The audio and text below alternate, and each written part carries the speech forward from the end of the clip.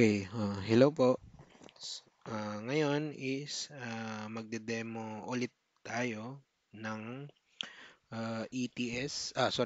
EST pala, or yung Active Shooting Target na bagong project o product ng Sandre Technologies. So kung na-view nyo yung previous ko na ginawang demo, yung demo na yun is basically from prototype. So meaning yung EST na dinemo doon is prototype pa lang siya. So ngayon, yung i-demo natin is yung um, pwede na siyang consumer use kasi meron na siyang something like yung final product na. So, ayun. So, ngayon is magde-demo tayo nung pang-consumer application na siya. So, kung napanood nyo yung video, so in-explain ko rin doon yung functionality, I mean yung buong functionality ng project na ito. So meron lang siyang difference ngayon na in-add, in-improve basically. So ito na po yung plate. So ito na yung target plate. Makikita nyo, hindi lang kung malinaw sa camera na nakailaw siya ng green. So, ibig sabihin green, meaning live, buhay pa siya na target or I mean live siya. Kasi green kumbaga buhay, so live. So, once na ma-hit na siya ng bala or ng pellet gun, ay ng pellet na bala, so magre-red siya, ibig sabihin na parang patay na siya. Patay na na target. Okay, so ito yung target plate. So, yung ilaw niya nasa taas. So, again, pag dalawa yung ibig sabihin nito. So, pag green, ibig sabihin, aside dun sa uh, active yung target, yung ilaw na yun, nagde-determine din na connected yung target sa main controller. So, ito yung main controller. Makikita nyo. So, kung napanood nyo yung video, ito yung main controller. Kung napanood nyo yung last video, ito yung main controller. Ito yung magdi-display ng time saka number of hit. Then, may button siya dito na pag pinress, kumbaga yun yung start ng target shooting. Okay, so basically, as mentioned dun sa previous video, yung dalawa nito is connected sila by Bluetooth. So dito kung makikita nyo lang may wire. So ang wire na to is power supply lang siya. Ayan. So makikita nyo ito yung power supply. Nakashare sila ng main controller. Pero wala silang wire between controller saka yung target.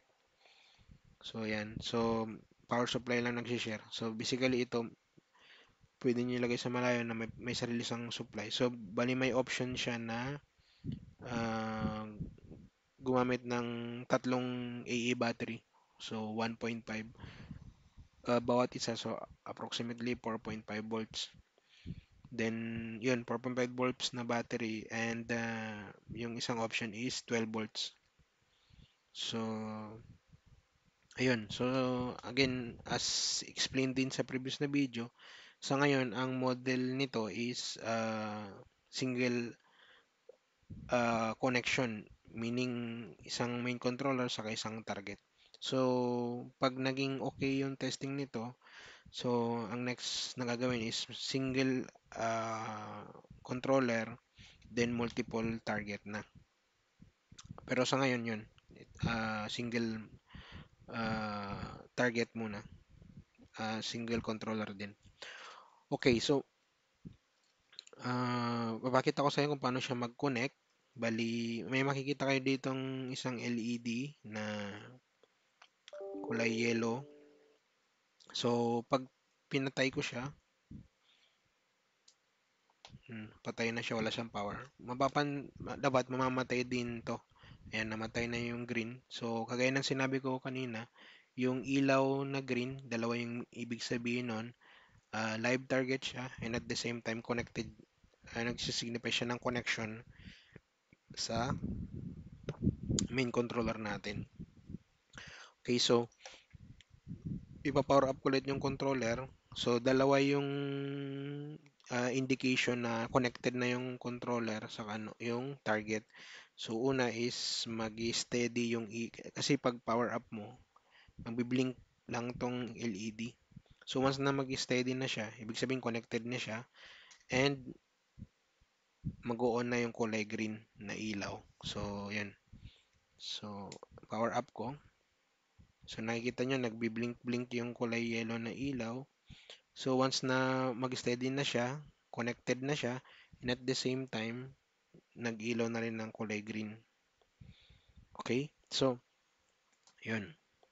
So, kung napanood nyo yung previous video, again, pag ang start natin is press ng button. So, pag pinress ko to, may maririnig kayong beep sound. So, ibig sabihin, start na, bubunot na ng baril din, ay hit ko yung target. So, example, ito, hit lang natin. So, nakita nyo, nag-red siya. Ibig sabihin, na-hit siya. Then, magdi-display siya ng time. So, dito makikita nyo 9.02 in seconds yan.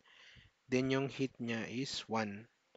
So, ibig sabihin 9.05 seconds before siya na-hit. Okay? So, yung pag-reset, ipipress lang ulit yung button. Ayan. So, nag-0-0 siya, then nag-green ulit. Ibig sabihin, active ulit siya. So, yung red, ibig sabihin na-hit siya. So, yun nga, itong main control niya is one button operation, meaning yung button na yun siya yung start, siya rin yung reset, at siya rin yung program. Kasi, kagaya na na-mention ko sa previous video, kung napanood nyo, uh, itong controller, ang i-display niya is yung time and heat. Then, yung heat, basically, pwede mo siyang i-program na example, ang gusto ko before siya mamatay is makapag uh, 5 hits siya. So, pwede mo siyang i-program using yung button din na yun. So, ipapakita ko paano siya i-program. So, using yung button ulit, i-long press lang until yung hit na display lang yung basically magdi-display, mamamatay yung time display. So, yan. So, pagka-display na yan, so, bibitawan na natin. Bali, long press lang hanggang lumabas yung ganitong setup. So, kumbaga, yung hit lang yung naka-display din yung time display is nakapatay. So, from that, pwede mo na siyang iset. So, example, assuming gusto natin ng 3 hits. So, ipoprogram mo siya. 1, 2, 3. So, once okay ka na dyan, long press ulit until lumabas lahat yung 0, 0 sa time and at the same time sa hit. So, long press. So, pagbalik, meaning yung data na transfer niya na dun sa target. So, yun. Pag pwede ka nang gumamit ulit. So, pag pinress ko to, so, tumunog na siya. Ibig sabihin, pwede ka na mag-press. So, dapat tatlo siyang hit. So, 1, 2, 3. So, yun. So, kung makikita nyo, nag-red na siya, na-hit siya ng 3. Then, makikita nyo yung time, 7.08 seconds. Then, 3 hits. So, again, yung 3 na to is real time yan. So, hindi ibig sabihin na na-program niyang 3, di-display niya lang ng 3. So, kung ilan yung na-hit niya doon, kumbaga every time na may hit to, mag-send siya ng data dito ulit. So, kumbaga kaya real time siya. Kaya nga siya active shooting target ang tawag kasi dahil merong communication between ito saka yung target din yung controller. So, pag reset, press lang natin ulit. So, green ulit siya, then 0, 0. So, itong setup na to, mame-measure nyo yung kung gaano kayo kabilis pumutok at gaano kabilis ma-hit yung target. So, ganun din naman kung multiple shot. So, yung accuracy, kasi syempre pag accuracy and speed, kasi pag hindi, example, nag-start na din, pag hindi mo na-hit yung target, so basically hindi ka accurate, and at the same time, yung time mo tumatagal. So, nami-measure din yung speed. So, again yun, pwede siyang gamitin for practice shooting. Okay. So, itong target, makikita nyo, nilagyan ko kasi siya ng tape. Kasi para pag example ginamit pa siya o example binenta, pwede ba siyang wala siyang scratch. Kasi syempre ginagamit ko siya for testing. So, itetesting natin siya sa pellet gun na ito. So, actually, um, design siya talaga sa mga ganito or basically sa airsoft. So, yung target natin is 1.6 mm, yung diameter. Then, yung front side niya is metal plated siya. So, ibig sabihin, kahit ilang, I mean, wala akong kasing actual na airsoft gun kasi ang alam ko may mga 300, 400 na yung speed ng hit or yung feet per second ng bala. So hindi ko masasabi sa ngayon kung gaano siya katagal, pero with respect sa thickness niya and sa plated na front panel, so I think tatagal siya ng matagal kasi plastic lang naman eh. So, yun. So, siguro kung mayroong pwedeng makapag-try nito gamit yung actual na airsoft, so mas maganda matry siya. Okay, so sa ngayon ito lang yung meron ako. So, meron siyang isang bala kasi naubos na sa katites. So, ngayon is ipapakita ko kung paano siya gumagana. So, kasi ito, ire-reprogram lang natin siya sa one shot kasi isa na lang yung bala natin. So, pakita ko lang. Kasi ito, currently nakaprogram siya ng 3 shots. So, i-reprogram lang natin. Gagawin ko lang siyang one shot. Okay? So, one shot lang yan. So, yun. So, na-program na siya ng one shot. So, ang gagawin natin is kakasa ko lang to. Then, babariling ko siya ng pellet. So, basically, short range lang. Pero ang ito kasing Bluetooth system natin or yung ginagamit na communication is up to 10 meters. So, pwede siyang 10 meters between ng main controller sa kanang target. So, press ko. So, babariling ko siya. Ayan. So, nakita nyo na hit siya ng pellet. So, ayun. Nag-red siya. Ibig sabihin na hit siya. Then, one hit. Then, yung time. So, yun. So, again, yun po yung function ng EST natin. So, yun. Pwede na natin siyang basically i-release sa market. So, magra-run lang ako ng test, especially yung long range na test. I mean, yung 10 meter na test before ko siya pwedeng ma-release na sa market. So, again, sa ngayon, ito muna yung model niya. Isang transmitter, isang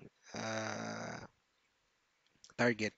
So, yung next version nito is gagawa na tayo ng multiple target. Bali, sa ngayon, kunti pa lang yung pinapabricate ko na target.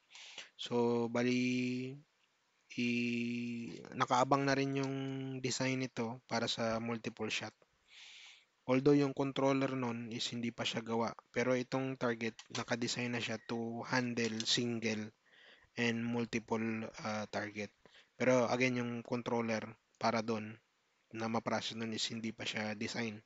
So yun yung next na gagawin natin. Kasi syempre mas magandang multiple target or random target yung lalabas. So yun. So ito parang one shot, one kill lang na for practice purpose. Okay? So yun po. So pag pinress ko lang tong button, magre-reset lang siya. Yun. So again, thank you po sa panonood.